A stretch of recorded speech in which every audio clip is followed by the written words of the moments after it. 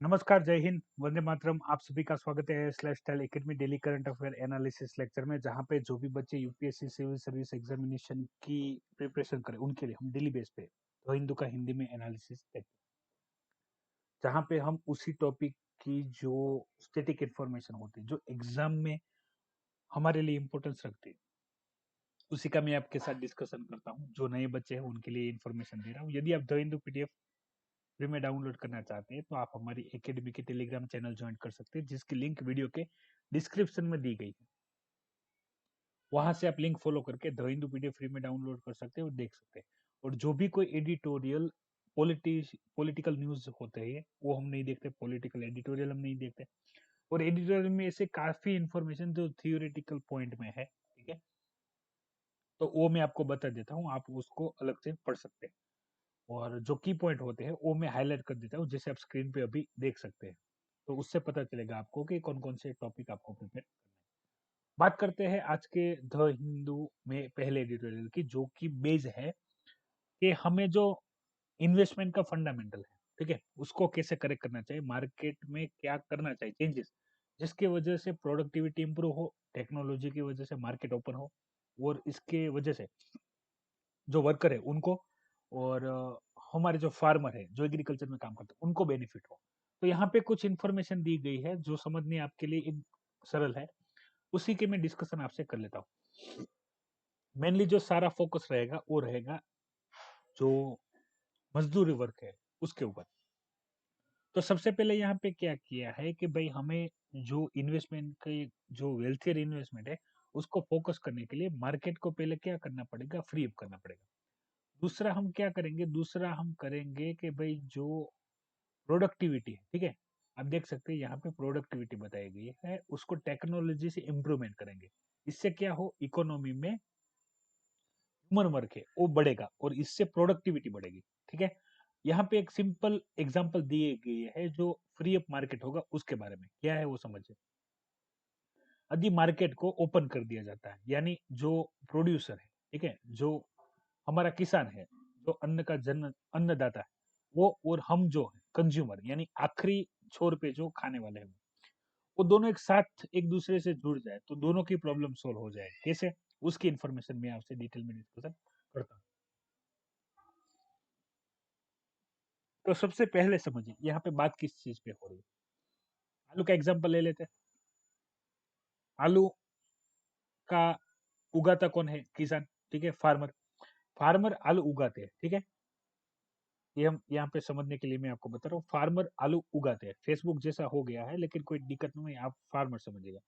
और फाइनली आएंगे कंज्यूमर, यानी कि हम सब जो खाने के लिए उस चीज पे डिपेंडेंट, ठीक है। अब आप यहाँ ध्यान से समझिएगा, मैं आपको बेसिक्स एकदम बेसिक से इंफॉर्मेशन समझा रहा हूँ। आलू किसान के पास से खरीदा जाता है 10 रुपया किलो के हिसाब से, याद रखना। किसान के पास से आलू खरीदा जाता है 10 रुपया किलो के हिसाब से। वो मार्केट में बिक रहा होता है, मैं जो मार्केट में डिमांड होती है उस टाइम की बात करता हूँ, तो वो मार्केट में बिक रहा है 30 रुपया किलो, 25 रुपया किलो, ठीक है। अब किसान जिसने मेहनत की है, जिसने उगाया है, जिसने पानी दिया है, जिसने दवाई छिड़की है, सब कुछ किया है, उसको 10 रुपये मिल रहे हैं।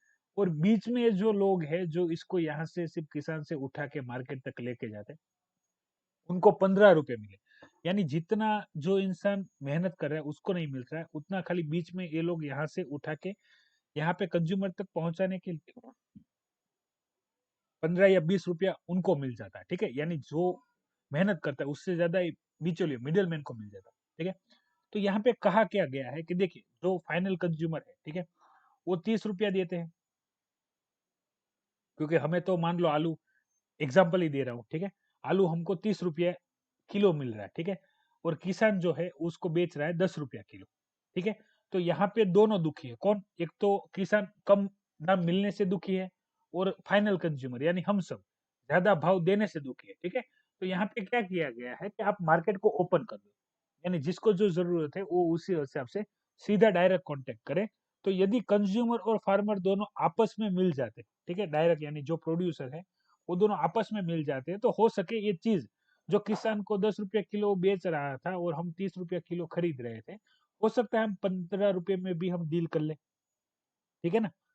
₹15 में ये हम डील कर ले तो तब भी दोनों के लिए फायदा है। यहाँ पे 50% इनको बेनिफिट मिलेगा और किसानों को ₹10 से ज्यादा भाव मिलेगा। ये ₹20 भी होगा तब भी चलेगा, क्योंकि जो फाइनल कंज्यूमर है उसको तो तब भी बेनिफिट है और किसान को अपना भाव मिल रहा है। ठीक है, तो इससे क्या होगा, किसान का फायदा बढ़ेगा। दूसरी यहाँ पे कंडीशन दी गई है, जो वर्कर है उसके स्ट्रेस वैल्यू को कम करने को लेके, यानी ये मैं आपको सिंपल वे में बता देता हूँ। एक मार्केट डिमांड के अनुसार चलते हैं कि भाई मान लो जैसे कि ये फार्मर है, जो भी कोई चीज गन्ना या आलू या प्याज उगाता है, उसकी मार्केट में शॉर्टेज हो गई। ठीक है, उसकी प्राइस बढ़ गई, बढ़ के यानी आपको पता होगा बीच में एक ऐसा टाइम था जब प्याज की कीमतें है, ठीक है, वो 80-100 रुपए के आसपास चली गई। ठीक है, हालांकि वो मिलती 20 रुपए 30 रुपए किलो के हिसाब से थी, वो 100 रुपए चली गई। तो उस कंडीशन में क्या होता है कि भाई मार्केट में महंगाई बढ़ जाती है, तो इसका बर्डन बढ़ता है वर्करों के ऊपर, क्योंकि उनको ये चीजें हैं, मान लो कि वो अपना जो महोत्सव की चीजें वो ना खरीदे, या कोई ऐसा खर्च है जिसके बगैर चलाया जा सकता है तो वो भी ना करे। लेकिन खाने की चीज पे वो कंट्रोल नहीं कर सकता है, उसको वो चीज चाहिए, वो चाहे कितनी भी महंगी क्यों ना हो। तो इससे वर्करों पे स्ट्रेस बढ़ता है। ठीक है, तो वर्कर अपनी कमाई के लिए अपने जहाँ पे भी जिस भी इंडस्ट्री में काम करते हैं वहां पे ओवर टाइम करेंगे या तो ज्यादा पगार की डिमांड करेंगे। ठीक है, और इस कंडीशन में यदि वर्कर सब मिलकर स्ट्राइक पे भी चले जाते हैं तो इनकम बंद हो जाती है। इससे प्रॉब्लम होता है प्रोडक्टिविटी पे, क्योंकि अगर मशीन नहीं चल रही है, ठीक है, तो प्रोडक्शन होगा नहीं। दूसरी यहाँ पे मेनली प्रोडक्टिविटी पे चीज बताई गई है, जो फार्मर है उनको और बाकी जो कंपनी है वहां पे क्या डिफरेंस होता है। तो आपने देखा होगा गांव में जो एक 5 लोगों का काम होता है, ठीक है, वो 50 लोग करते रहते हैं। क्यों? क्योंकि वहां पे 50 लोग फ्रीली अवेलेबल होते हैं उस काम को करने के लिए। अब उसी काम को यदि मशीन से करवाया जाए तो जो 50 लोगों का काम है उस सिर्फ 5 लोग मशीन से कर देंगे, उससे भी फास्ट। ठीक है, तो इससे क्या होगा, इससे प्रोडक्टिविटी बढ़ जाएगी। अब प्रोडक्टिविटी में भी दो चीजें होती है। प्रोडक्टिविटी में आप क्वांटिटी बढ़ा रहे हो, ठीक है, एग्जाम्पल के थ्रू समझ लेते हैं। मान लो पहले आप 100 की क्वांटिटी में काम कर रहे थे, ठीक है, उसको आप 1000 या 1 लाख तक लेके जाओ। ठीक है, तो यहाँ पे क्या हुआ, क्वांटिटी में जो आउटपुट था, प्रोडक्टिविटी थी, वो बढ़ गई। क्यों? पहले जो लोग थे वो मशीन से काम नहीं कर रहे थे, अब लोग मशीन से काम करने लगे, उसको भी अच्छे से इम्प्लीमेंट करने लगे, तो हमारे पास जो फाइनल प्रोडक्ट है वो बढ़ गया। अभी यहाँ पे बात आती है क्वालिटी और क्वांटिटी की। ठीक है, ध्यान से समझिएगा।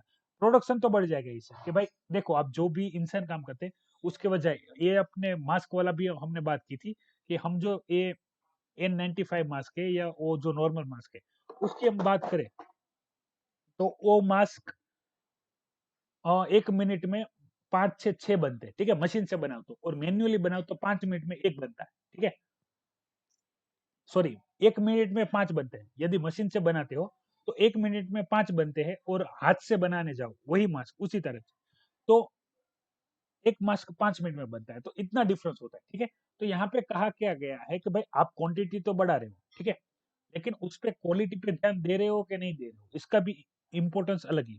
समझिए, दो कंट्री का एग्जांपल लेके समझते हैं। पहला है चाइना। ठीक है, चाइना के पता होगा कि भाई चाइना कोई भी चीज है वो बल्क में प्रोड्यूस करता है। ठीक है, लेकिन वहां पे क्वालिटी नहीं होती, यानी चाइनीज कोई भी प्रोडक्ट, इलेक्ट्रिक सामान हो या कुछ भी आप लेके आए और आज ही लेके आए, तो आज भी बिगड़ सकता है, कल भी बिगड़ सकता है। ठीक है, कभी भी बिगड़ सकता है, क्योंकि वहां पे कोई गारंटी नहीं होती।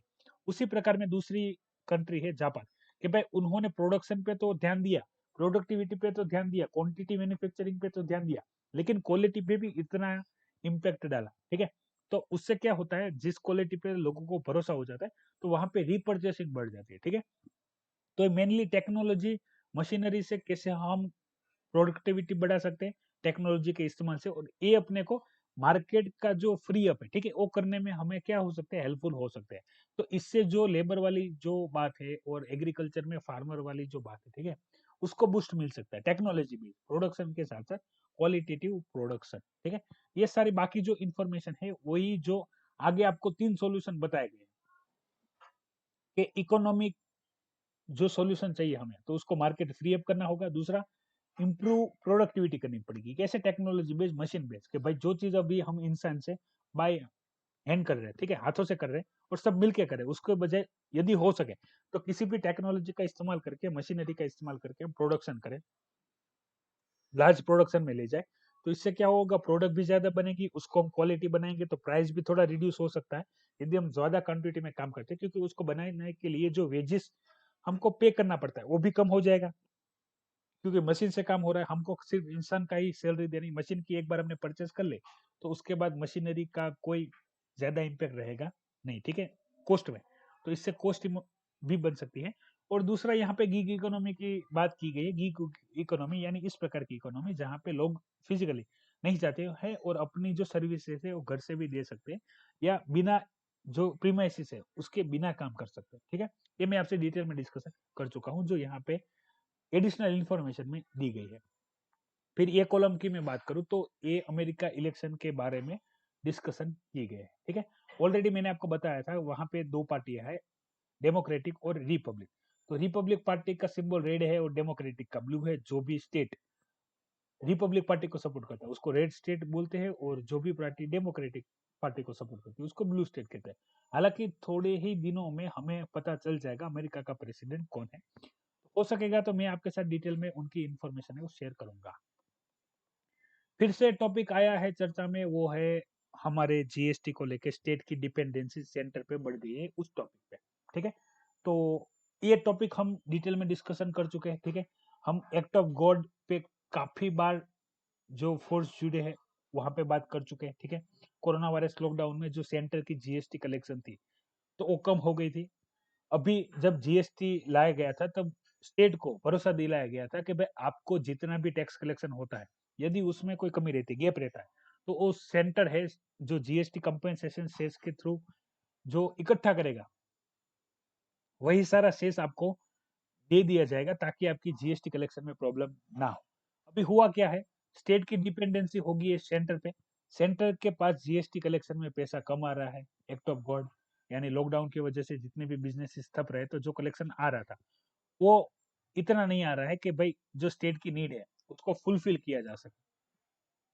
दूसरी जो महत्वपूर्ण चीज है वो कि अभी स्टेट के पास इतने कोई टैक्स लेने के कोई राइट्स नहीं है जितने पहले जीएसटी से पहले वेट सिस्टम में थे, ठीक है। उससे क्या होता था, स्टेट के पास जो सर्विस टैक्स है वो डाल के पैसा कलेक्ट करने का एक रास्ता रहता था। इससे क्या होता था कि भाई स्टेट अपना भी जो कार्य है वो अच्छे से कर सकता था। अभी क्या हुआ कि जीएसटी की वजह से वो सेंटर पे डिपेंडेंट, सेंटर ने इमरजेंसी के टाइम पे हाथ खड़े कर दिए, लेकिन स्टेट को अपनी जो रिस्पॉन्सिबिलिटी वो तो निभानी है। तो उसी को लेकर प्रॉब्लम चल रहा था कि भाई सेंटर स्टेट को जो जीएसटी में पैसा देना था वो दे नहीं पा रही है। तो अभी सेंटर ने बैक टू बैक लोन के थ्रू यानी आरबीआई से लोन उठाया और स्टेट को दिया, ठीक है। इससे क्या हो कि भाई स्टेट का जो नॉर्मल बिजनेस है वो हो सके। दूसरा यहाँ पे, इससे पहले हम 14 फाइनेंस कमीशन की बात कर चुके थे, यहाँ पे 13 फाइनेंस कमीशन की भी इंफॉर्मेशन यहाँ पे डिटेल में दी गई। 14 फाइनेंस कमीशन ने क्या बोला था कि यदि सेंटर है, ठीक है, वो 100 रुपया कलेक्ट करता है तो उसको 42 स्टेट को देना चाहिए। 15 फाइनेंस कमीशन ने उसको 41% किया है। वो क्यों कम किया वो भी हमने डिस्कस कर चुके हैं, क्योंकि अभी सेंटर में जो Jammu Kashmir and Ladakh union territory होगी तो उसकी रिस्पॉन्सिबिलिटी सेंटर पे आ गई है, तो उसकी वजह से उन्होंने कम किया। और जो 13 फाइनेंस कमीशन की थी, ठीक है, कि भाई आपको जो ये कलेक्शन पूल रहता है, डिवीजन पूल, उसको डिवाइड करना चाहिए। डिवाइड भी कैसे करना चाहिए कि आपको 40% नहीं, कांस्टेंट 12% पकड़ के चलना चाहिए। 12 में क्या करना है, 2% आपको देना है जो लोकल बॉडीज है यानी म्यूनिसिपालिटी कॉर्पोरेशन और पंचायती राज, और जो 10% बचेगा उसमें से 5 सेंटर को रखना है, 5 स्टेट को रखना है, ठीक है। इससे डिस्ट्रीब्यूशन आप करके चल सकते हैं तो आपको कभी ऐसी प्रॉब्लम ना आए जैसे कोरोना वायरस पेंडेमिक में अभी फिलहाल जो कंडीशन बनी है। मैं कल के सेशन की आपको बात करूं, ठीक है, तब मैंने आपको बताया था कि भाई जीएसटी कलेक्शन 1 लाख करोड़ के बाहर चला गया है, ठीक है। ये अच्छी न्यूज है लेकिन ये टेम्पररी है। इसका रीजन क्या है, रीजन यही है कि अभी दिवाली आ रही है, ठीक है, न्यू ईयर आ रहा है, यानी त्योहार आ रहे हैं, ठीक है। इसके वजह से मार्केट में डिमांड देखने को मिल रही है तो जीएसटी कलेक्शन ज्यादा है। जैसे ही मार्केट में जो त्योहार है वो चले जाएंगे फिर मार्केट में डिमांड रिड्यूस हो जाएगी और फिर से हम जहाँ थे वहीं आ जाएंगे। तब भी मैंने आपको बोला था ये सस्टेनेबल होना चाहिए, इंक्लूसिव होना चाहिए, ठीक है, और ग्रेजुअल होना चाहिए। यानी अभी 1 लाख करोड़ आए तो उसके बाद आगे कंटिन्यूस इतने ही आना चाहिए, ठीक है। तो इससे क्या होगा कि भाई पता चलेगा कि भाई जो जीडीपी है वो एकदम स्टेबल फॉर्म में आगे बढ़ रही है। लेकिन कभी क्या होता है, जिगजैग होता है, यानी अभी ऊपर है फिर नीचे होगी, फिर ऊपर है फिर नीचे होगी, ऐसा नहीं।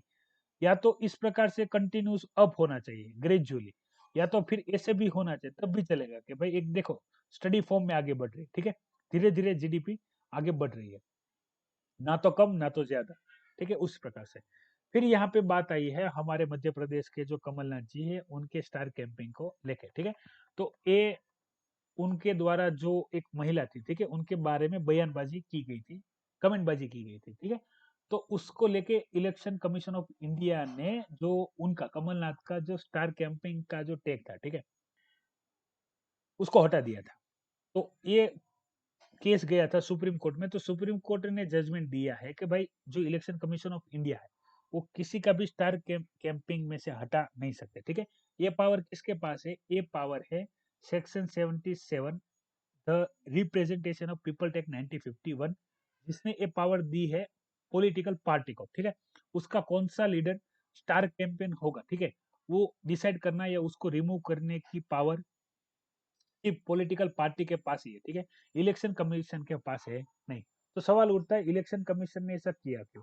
क्योंकि इलेक्शन कमीशन का ये भी देखना होता है कि भाई जब कभी भी पार्टी प्रचार हो रहा है, ठीक है, तो वो उसके लिए बजट जो दिया गया उस लिमिट में हो, उससे ज्यादा ना हो, या वहां पे दूसरी कोई चीजें जो अनैतिक कार्य है वो ना किया जाए, वो देखने का भी काम होता है। तो यहाँ पे उनके द्वारा जो स्टार कैंपिंग है, कैंपेनियर है, ठीक है, उनके द्वारा ऐसे महिला पे टीका टिप्पणी की जाती है, तो उसको ध्यान में लेते हुए जो इलेक्शन कमीशन ऑफ इंडिया है उसने स्टेप लिया था। लेकिन ये पावर उनके पास थी नहीं, तो सुप्रीम कोर्ट ने ये फैसला कमलनाथ जी के पक्ष में दिया है, ठीक है। एग्जाम में यदि आपको ये पूछा जाए representation of people's act 1951 section 77, तो आपको वहां पे किसी भी व्यक्ति या पॉलिटिकल पार्टी का नाम नहीं लिखना है, आपको सिर्फ सिंपली जो चीज है वही एक्सप्लेन करनी है, ठीक है। आपको एग्जाम में अपने जो व्यू है, ठीक है, वो न्यूट्रल बताने, जिससे ये ना पता चले कि आप कौन सी पार्टी से कितने जुड़े हुए हैं या कितनी पार्टी के बारे में आपको कितना नॉलेज है, आपको ये शो नहीं करना। आपको मेनली मैं बार बार बताता हूँ, आप यदि प्राइम मिनिस्टर भी लिखना चाहते हैं, आपको पता ही है वो नरेंद्र मोदी जी है, तब भी आपको उसका नाम लिखना नहीं है। फिर से लैंग्वेस्टिक बेस पे जो सिम्बोलिस्टिक डिफरेंस होता है, ठीक है, उस पे इंफॉर्मेशन दी गई है। तो इस टॉपिक पे हम काफी बार डिस्कस कर चुके हैं, ठीक है, तो उसको और ज्यादा डिटेल में डिस्कशन करेंगे नहीं। पढ़ लीजिएगा, समझना एकदम सरल है, ठीक है। लैंग्वेज बेस्ड यानी भाषाओं के जोड़ के हम किस प्रकार से यहाँ पे नेशनलिज्म को फॉलो करते हैं, ठीक है, उसी चीज पे सारी इंफॉर्मेशन बताई गई। और ये बिहार इलेक्शन है, ठीक है, जैसा कि मैं हर बार आपको बोलता हूँ, ठीक है, जैसे लगता तो है कि भाई नीतीश कुमार जीतेंगे, फिर भी यदि आप एक्टिवली बिहार इलेक्शन को देख रहे हैं, ठीक है, और आपको लगता है कि कौन जीतेंगे, तो आप भी वीडियो के कमेंट बॉक्स में कमेंट करेंगे, तो बाकी सब बच्चों को भी पता चलेगा कि कौन जीतेंगे, ठीक है। पहले से प्रिडिक्शन करने में इतना मजा आता है कि भाई जितना जीतने के बाद किसी को मजा आता नहीं है। सेम यूपी में लव जिहाद के ऊपर जो बहस चल रही थी, ठीक है, उस पे ये फिगर है, आप देख सकते हैं, यूपी के मुख्यमंत्री जी है योगी आदित्यनाथ, ठीक है, लव जिहाद को कुछ ज्यादा ही विरोध में ये दिख रहे हैं। फिर डिस्कशन कर लेते हैं, यहाँ पे फिर से जो टॉपिक आया है वो है जो गिलगित बाल्टिस्तान वाला एरिया, ठीक है, तो चाइना ने वहां पे मैंने जैसे बताया उस एरिया में काफी सारा इन्वेस्टमेंट किया है।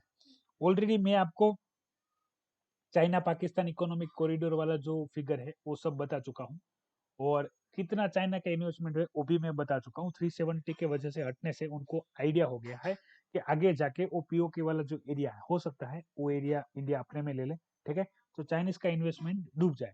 तो इसके लिए कंटिन्यूस पाकिस्तान और चाइना के द्वारा कार्य किए जा रहे हैं कि भाई ऐसा ना हो, ठीक है, जो भी हो सके अशांति फैलाने का काम और वो उनके द्वारा किए जा रहे हैं। तो ये टॉपिक में डिटेल में आपसे डिस्कस कर चुका हूँ और इसको ज्यादा डिटेल में डिस्कशन करेंगे नहीं। बात कर लेते हैं वर्ल्ड न्यूज में। तो वहां पे जो अमेरिका का इलेक्शन है वही लोग छाए हुए हैं। हालांकि मैंने आपको पहले से ही बताया हुआ है कि भाई जो भी जीतेगा अपने को उसका रिजल्ट मिल ही जाएगा और हमको पता चल ही जाएगा, ठीक है। अभी बिडेन साहब के जीतने का चांस ज्यादा है, लेकिन जब तक फाइनल वोटिंग नहीं होती है और फाइनल वोटिंग होने के बाद जब तक कौन प्रेसिडेंट फाइनल है वो डिक्लेयर नहीं होता है, तब तक ये मिस्ट्री बनी रहती है, ठीक है। क्योंकि जैसे ही पब्लिक वोट करते हैं तो फिर उसी एरिया से उनके जो रिप्रेजेंटेटिव होते हैं वो जब उनको वोट डालते हैं उनके वोट को गिन के फिर क्या किया जाता है, प्रेसिडेंट कौन बनेगा, वाइस प्रेसिडेंट कौन बनेगा वो बताया जाता है।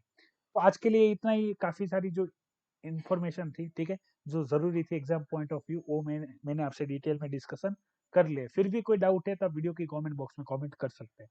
मैंने आपको जैसे पहले भी बताया, यदि आप लाइव लेक्चर कंडक्ट करना चाहते हैं daily current affair analysis lecture को लेके, तो आप वीडियो की कमेंट बॉक्स में कमेंट कर सकते हैं। इससे मुझे आइडिया लगेगा कि लाइव लेक्चर अटेंड करना है या ऐसे ही जो लेक्चर मैं आपको प्रोवाइड करवाता हूँ, उसी प्रकार से आगे बढ़ना है। जो भी है आपकी राय, आप मुझे बता सकते हैं। आप वीडियो की कमेंट बॉक्स में कमेंट कर सकते हैं। आज के लिए इतना ही, कल फिर मिलेंगे daily current affair analysis lecture में। जय हिंद, वंदे मातरम।